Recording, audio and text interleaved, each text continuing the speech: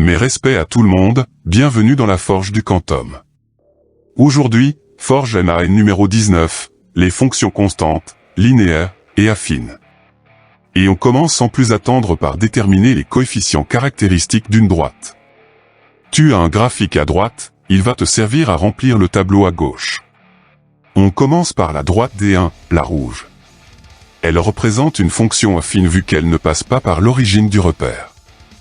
Son ordonnée à l'origine, que je marque avec un gros point noir, a pour valeur 1. Il va falloir trouver son coefficient directeur, que je vais déterminer graphiquement, via le delta Y, déplacement vertical, et le delta X, déplacement horizontal. Je choisis ce point sur la droite, que je vais rejoindre via mon ordonnée à l'origine en deux déplacements, le premier vertical, le second horizontal. C'est parti. Déplacement ascendant de 4 unités, donc plus 4. Déplacement de 2 unités vers la droite, donc plus 2. Le coefficient directeur, noté M, étant la division du déplacement vertical, delta Y, par le déplacement horizontal, delta X, sera égal à 4,5, soit 2. Pour information, et en prévision de ce que je vais te montrer après, l'équation de la droite D1 sera 2x plus 1. Next. Droite D2, la verte. Elle représente une fonction affine vu qu'elle ne passe pas par l'origine du repère. Son ordonnée à l'origine, que je marque avec un gros point noir, a pour valeur 1. Il va falloir trouver son coefficient directeur, que je vais déterminer graphiquement, via le delta Y, déplacement vertical, et le delta X, déplacement horizontal. Je choisis ce point sur la droite, que je vais rejoindre via mon ordonnée à l'origine en deux déplacements, le premier vertical, le second horizontal. C'est parti. Déplacement ascendant de 4 unités, donc plus 4. Déplacement de 4 unités vers la gauche, donc moins 4. Le coefficient directeur, noté M, étant la division du déplacement vertical, delta Y, par le déplacement horizontal, delta X, sera égal à 4 sur moins 4, soit moins 1. Pour information, et en prévision de ce que je vais te montrer après, l'équation de la droite D2 sera moins x plus 1. Next. Droite D3, la orange. Elle représente une fonction linéaire vu qu'elle passe par l'origine du repère. Son ordonnée à l'origine, que je marque avec un gros point noir, a donc pour valeur 0. Il va falloir trouver son coefficient directeur, que je vais déterminer graphiquement, via le delta Y, déplacement vertical, et le delta X, déplacement horizontal.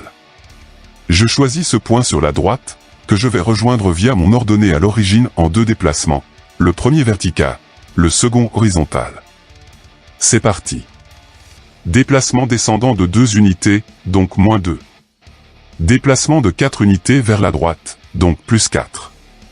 Le coefficient directeur, noté M, étant la division du déplacement vertical, delta Y, par le déplacement horizontal, delta X, sera égal à moins 2 sur plus 4, soit moins 1,5, ou moins 0,5. Pour information, et en prévision de ce que je vais te montrer après, l'équation de la droite D3 sera moins 1,5 de x. Next. Droite D4, la violette. Elle représente une fonction linéaire vu qu'elle passe par l'origine du repère. Son ordonnée à l'origine, que je marque avec un gros point noir, a donc pour valeur 0. Il va falloir trouver son coefficient directeur, que je vais déterminer graphiquement, via le delta Y, déplacement vertical, et le delta X, déplacement horizontal. Je choisis ce point sur la droite, que je vais rejoindre via mon ordonnée à l'origine en deux déplacements, le premier vertical, le second horizontal. C'est parti. Déplacement descendant de 2 unités, donc moins 2. Déplacement de 4 unités vers la gauche, donc moins 4. Le coefficient directeur, noté M, étant la division du déplacement vertical, delta Y, par le déplacement horizontal, delta X, sera égal à moins 2 sur moins 4, soit 1,5, ou 0,5. Pour information, et en prévision de ce que je vais te montrer après, l'équation de la droite D4 sera 1,5 de x. Fin de l'exercice. Paragraphe suivant, équation de droite. Je vais te proposer quelques fonctions dans des repères un peu étriqués, et tu vas devoir trouver M et P dans chacun des cas. Voilà comment il faut opérer. S'il est possible de déterminer M et P par lecture graphique avec justesse, bien plus rapide, fais-le. Sinon, il faudra utiliser les calculs. Allons-y. Première droite, affine. La lecture graphique est possible. Je matérialise l'ordonnée à l'origine avec ce point violet, P égale à 2. Pour trouver le coefficient directeur, je choisis cet autre point, toujours en violet, sur la droite, que je vais rejoindre via mon ordonnée à l'origine en 2 déplacements, le premier vertical, le second horizontal. Déplacement descendant de 4 unités, donc moins 4. Déplacement de 2 unités vers la gauche, donc moins 2. Le coefficient directeur étant la division du déplacement vertical, delta y, par le déplacement horizontal, delta x, il sera égal à moins 4 sur moins 2, soit 2. L'équation de la droite sera donc 2x plus 2. Suivant. Seconde droite, affine. La lecture graphique est possible ici aussi. Je matérialise l'ordonnée à l'origine avec ce point violet, P égale à moins 2. Pour trouver le coefficient directeur, je choisis cet autre point, toujours en violet, sur la droite, que je vais rejoindre via mon ordonnée à l'origine en 2 déplacements, le premier vertical, le second horizontal. Déplacement ascendant de 4 unités, donc plus 4. Déplacement de 4 unités vers la gauche, donc moins 4. Le coefficient directeur étant la division du déplacement vertical, delta y, par le déplacement horizontal, delta x, il sera égal à plus 4 sur moins 4, soit moins 1. L'équation de la droite sera donc moins x moins 2. Suivant. Troisième droite, affine. La lecture graphique est possible ici aussi. Je matérialise l'ordonnée à l'origine avec ce point violet, P égale à plus 1.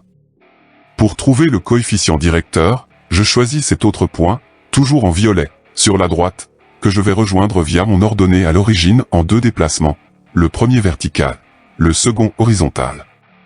Déplacement ascendant d'une unité, donc plus 1. Déplacement de 4 unités vers la droite, donc plus 4. Le coefficient directeur étant la division du déplacement vertical, delta y, par le déplacement horizontal, delta x, il sera égal à plus 1 sur plus 4, soit un quart, ou 0,25. L'équation de la droite sera donc 0,25x plus 1. Suivant. Quatrième droite, constante. La lecture graphique est possible ici aussi. Je matérialise l'ordonnée à l'origine avec ce point violet, P égale à moins 3. Seulement, vu que cette droite est parallèle aux abscisses, elle a un coefficient directeur nul. L'équation de la droite sera donc moins 3, tout simplement. Suivant. Cinquième droite, linéaire. La lecture graphique est possible ici aussi. Je matérialise l'ordonnée à l'origine avec ce point violet, P égale à 0, logique. Pour trouver le coefficient directeur, je choisis cet autre point, toujours en violet, sur la droite, que je vais rejoindre via mon ordonnée à l'origine en 2 déplacements, le premier vertical, le second horizontal. Déplacement ascendant de 2 unités, donc plus 2. Déplacement d'une unité vers la droite, donc plus 1.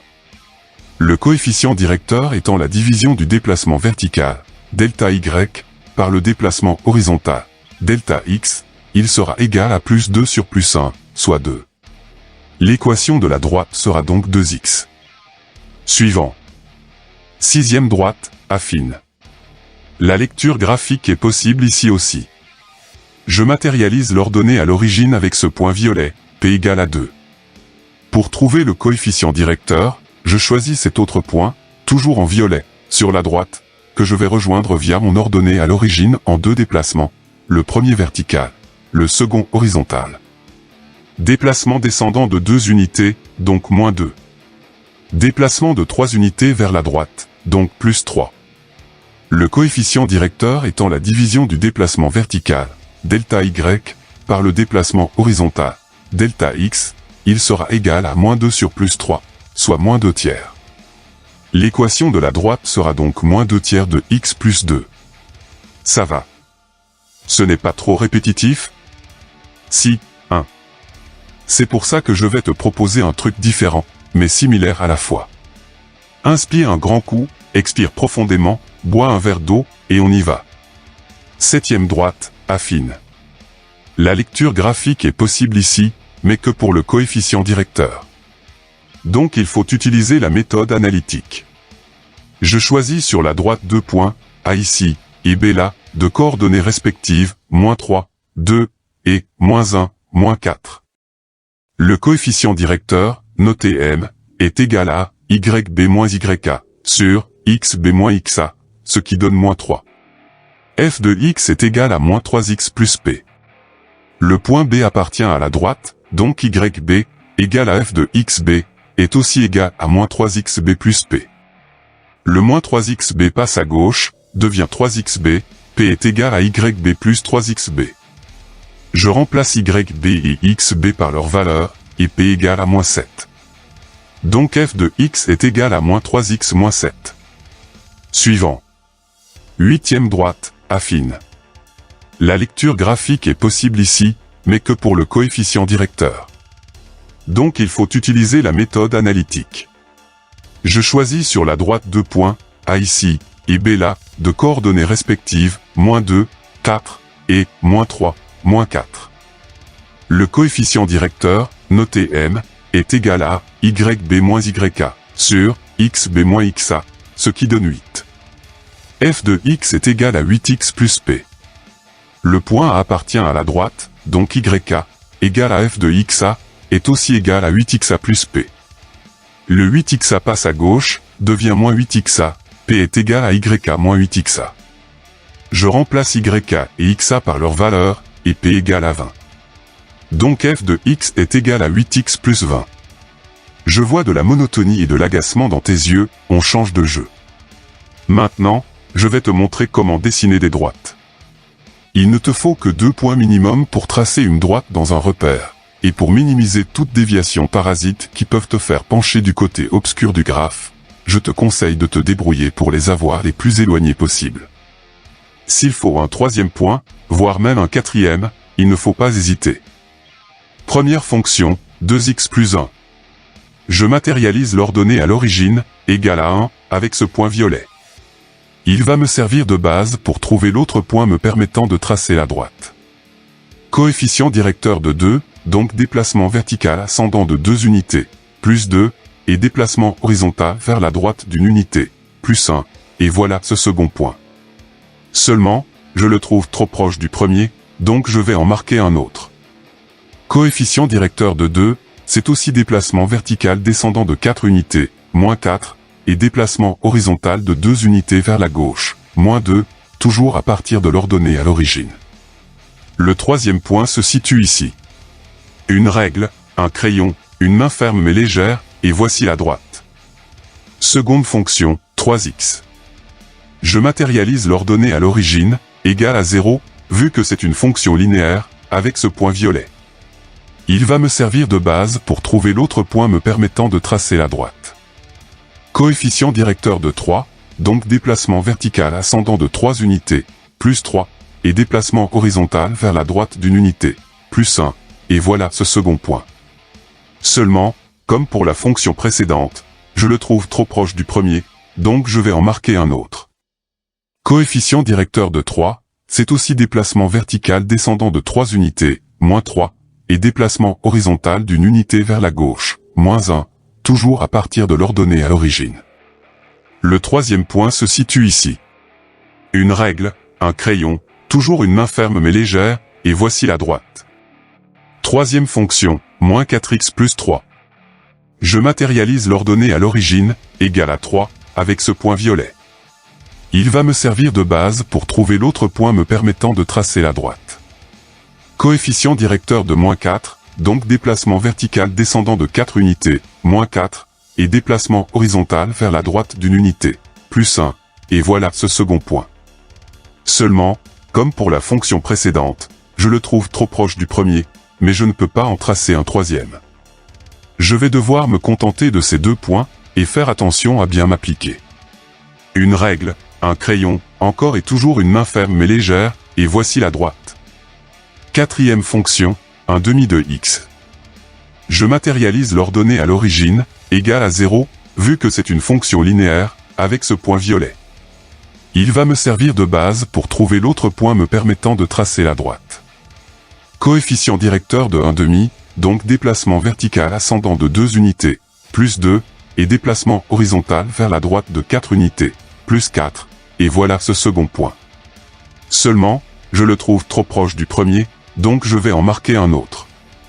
Coefficient directeur de 1/2, c'est aussi déplacement vertical descendant de 2 unités, moins 2, et déplacement horizontal de 4 unités vers la gauche, moins 4, toujours à partir de l'ordonnée à l'origine. Le troisième point se situe ici. Une règle, un crayon, et comme d'habitude, une main ferme mais légère, et voici la droite. Cinquième fonction, 3. Je matérialise l'ordonnée à l'origine, égale à 3, avec ce point violet. Pas besoin d'un second point, la fonction est constante, il suffit juste de tracer la droite parallèle à l'axe des abscisses, ou perpendiculaire à l'axe des ordonnées, et le tour sera joué. Une règle, un crayon, et comme d'habitude, une main ferme mais légère, et voici la droite, en vert fluo, pour bien la faire ressortir du quadrillage. Sixième et dernière fonction, moins 4/3 de x plus 1. Je matérialise l'ordonnée à l'origine, égale à 1, avec ce point violet. Il va me servir de base pour trouver l'autre point me permettant de tracer la droite. Coefficient directeur de moins 4/3, donc déplacement vertical descendant de 4 unités, moins 4, et déplacement horizontal vers la droite de 3 unités, plus 3, et voilà ce second point. Seulement, je le trouve trop proche du premier, mais je ne peux pas en tracer un troisième. Je vais devoir me contenter de ces deux points, et faire attention à bien m'appliquer.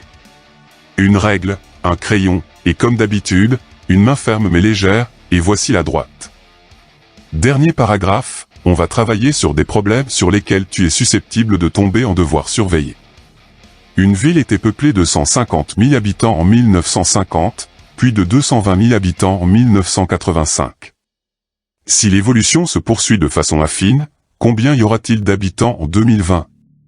Il y a plusieurs façons de faire, mais un conseil de vieux briscard en mathématiques, fais en sorte de simplifier au maximum, la résolution n'en sera que plus claire, et plus rapide.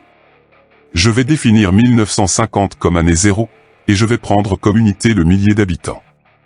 De ce fait, pour 1950, on aura f de 0 égale à 150. 1985 étant 35 ans après 1950, il faudra écrire f de 35 égale à 220. Je pose le point A, de coordonnées 0, 150, et le point B, de coordonnées 35, 220.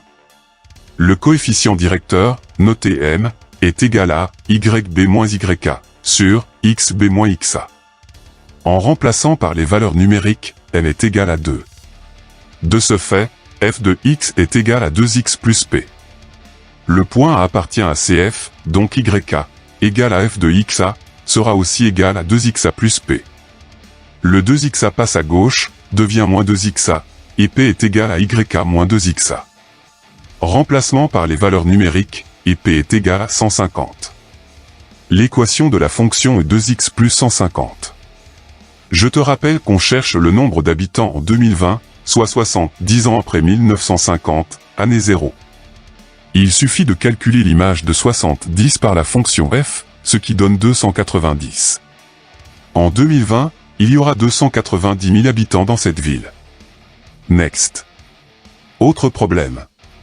Une action, achetée 132 €, vaut 167 € au bout de 24 mois de spéculation. Si l'évolution se poursuit de façon affine, quand cette action doublera-t-elle son prix de départ? Je vais utiliser sensiblement la même technique que précédemment. Janvier 2022 est le mois 0, donc f de 0 est égal à 132. 24 mois plus tard, on arrive à janvier 2024, et f de 24 est égal à 167. Je pose le point A, de coordonnées 0, 132, et le point B, de coordonnées 24, 167. Le coefficient directeur, noté M, est égal à YB moins YK, sur XB moins XA. En remplaçant par les valeurs numériques, M est égal à 35/24. De ce fait, f de x est égal à 35/24 de x, plus p. Le point A appartient à CF, donc YK, égal à f de XA, sera aussi égal à 35/24 de XA, plus p.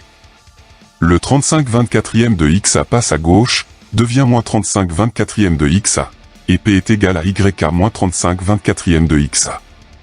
Remplacement par les valeurs numériques, et P est égal à 132. L'équation de la fonction est 35/24e de X, plus 132. Je te rappelle qu'on cherche le temps qui doit s'écouler pour que cette action double son prix de départ. Il suffit de déterminer l'antécédent du double de 132, soit 264. Résolution de l'équation, et X est égal à 91 mois environ, soit août 2027, avec janvier 2022 comme date de référence. Il va falloir être patient. La forge est désormais terminée. Des questions? Un complément d'information? Rejoins-moi dans l'espace commentaire. D'autres exercices en PDF, librement téléchargeables, sont disponibles dans la description de cette vidéo. À toi de forger maintenant. Prochaine vidéo sur l'enclume. Que la forge soit avec toi. Stay tuned. Tchuss.